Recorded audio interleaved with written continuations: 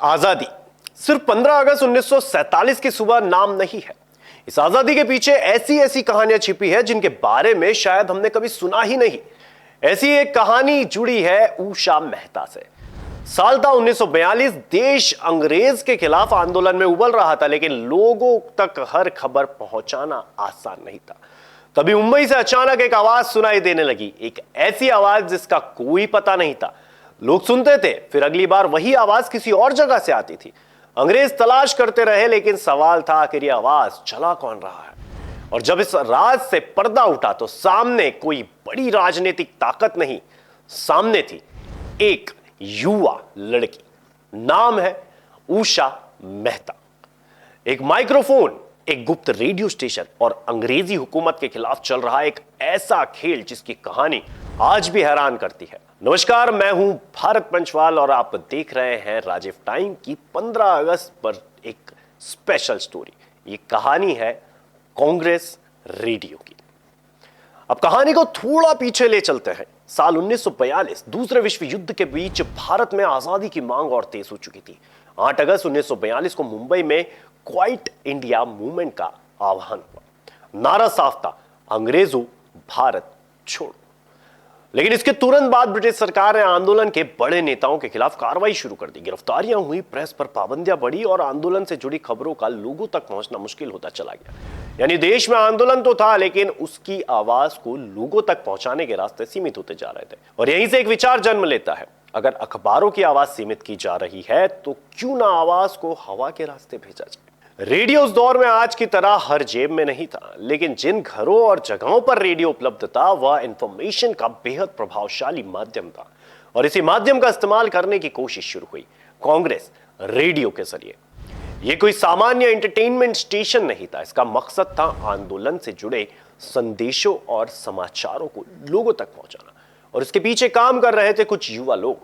उनमें एक महत्वपूर्ण नाम था उषा मेहता। लेकिन असली चुनौती माइक्रोफोन के सामने बैठना नहीं थी, असली चुनौती थी ब्रिटिश अथॉरिटीज से बचकर ब्रॉडकास्ट करना। क्योंकि रेडियो की आवाज हवा में जाती है और हवा किसी एक जगह की नहीं होती। अब सोचिए, एक ब्रॉडकास्ट शुरू होता है, लोग सुनते हैं, संदेश पहुंचता है, लेकिन रेडियो स्टेशन का कोई स्थायी पता नहीं।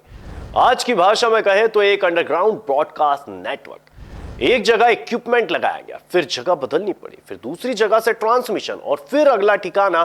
क्यों? क्योंकि ब्रिटिश अथॉरिटीज इस ब्रॉडकास्ट सोर्स को ट्रेस करने की कोशिश कर रहे थे। यानी एक तरफ आवाज, दूसरी तरफ उस आवाज की तलाश और बीच में कुछ युवा लोग जो जानते थे कि हर ब्रॉडकास्ट के साथ जोखिम बढ़ रहा है। यही से कांग्रेस रेडियो की कहानी एक हिस्टोरिकल इवेंट से आगे बढ़कर एक कैट एंड माउस स्टोरी जैसे लगने लगती है। लेकिन यहां कहानी का सबसे दिलचस्प हिस्सा आता है। जिस आवाज को लोग सुन रहे थे उसके पीछे कोई बड़ी सरकारी व्यवस्था नहीं। उषा मेहता बेहद कम उम्र में स्वतंत्रता आंदोलन से जुड़ चुकी थी। उनका विश्वास था कि देश की जनता तक आंदोलन की आवाज पहुंचनी चाहिए और कांग्रेस रेडियो के ब्रॉडकास्ट में उन्होंने महत्वपूर्ण भूमिका भी निभाई।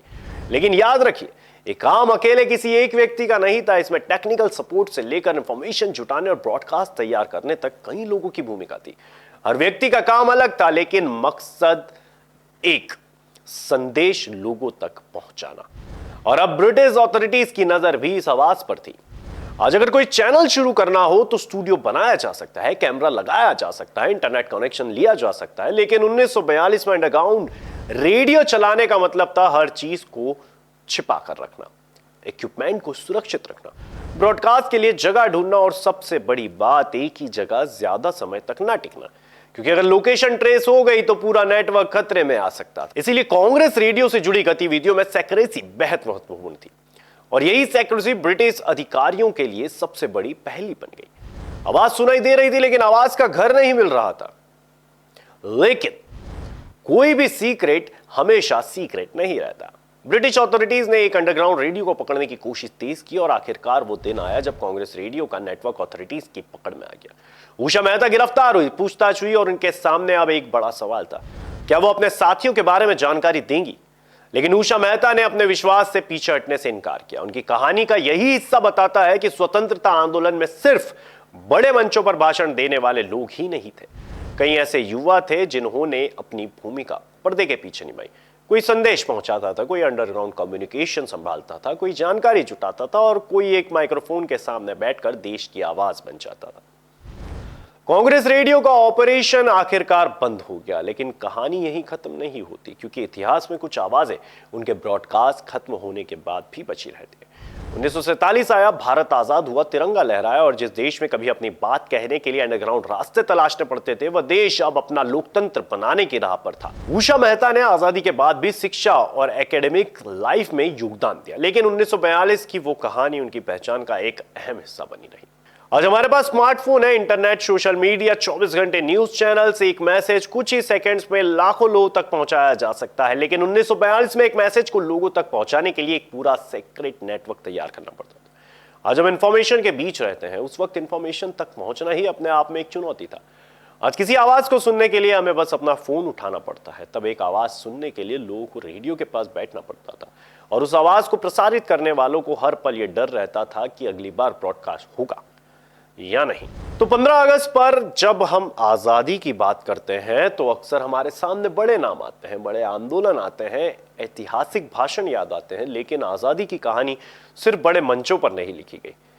कभी किसी ने संदेश पहुंचाया, कभी किसी ने खबर छिपाकर आगे बढ़ाई, कभी किसी ने अंडरग्राउंड नेटवर्क बनाया और कभी एक युवा लड़की ने माइक्रोफोन के सामने बैठकर एक ऐसी आवाज को आगे बढ़ाया जिसे दबाने की कोशिश की जा रही थी। उषा मेहता की कहानी हमें याद दिलाती है, आजादी सिर्फ वो दिन नहीं जब सत्ता बदली, आजादी उन अनगिनत कोशिशों का नाम भी है जिन्होंने लोगों के भीतर यह भरोसा जिंदा रखा कि एक दिन भारत अपना फैसला खुद करेगा। 1942 में एक आवाज हवा में निकली थी, उसका सिग्नल छोटा था लेकिन उसका संदेश बड़ा था। आज वही भारत दुनिया के सामने अपनी आवाज बुलंद कर रहा है। शायद इसीलिए उषा मेहता की कहानी सिर्फ इतिहास नहीं है, यह याद दिलाती है कभी कभी बदलाव की शुरुआत सिर्फ एक आवाज से होती है। 15 अगस्त पर उन सभी अनसुनी आवाजों को सलाम। तो ये थी राजीव टाइम की स्पेशल स्टोरी। आप सभी को 15 अगस्त की ढेर सारी शुभकामनाएं। जय हिंद, जय भारत।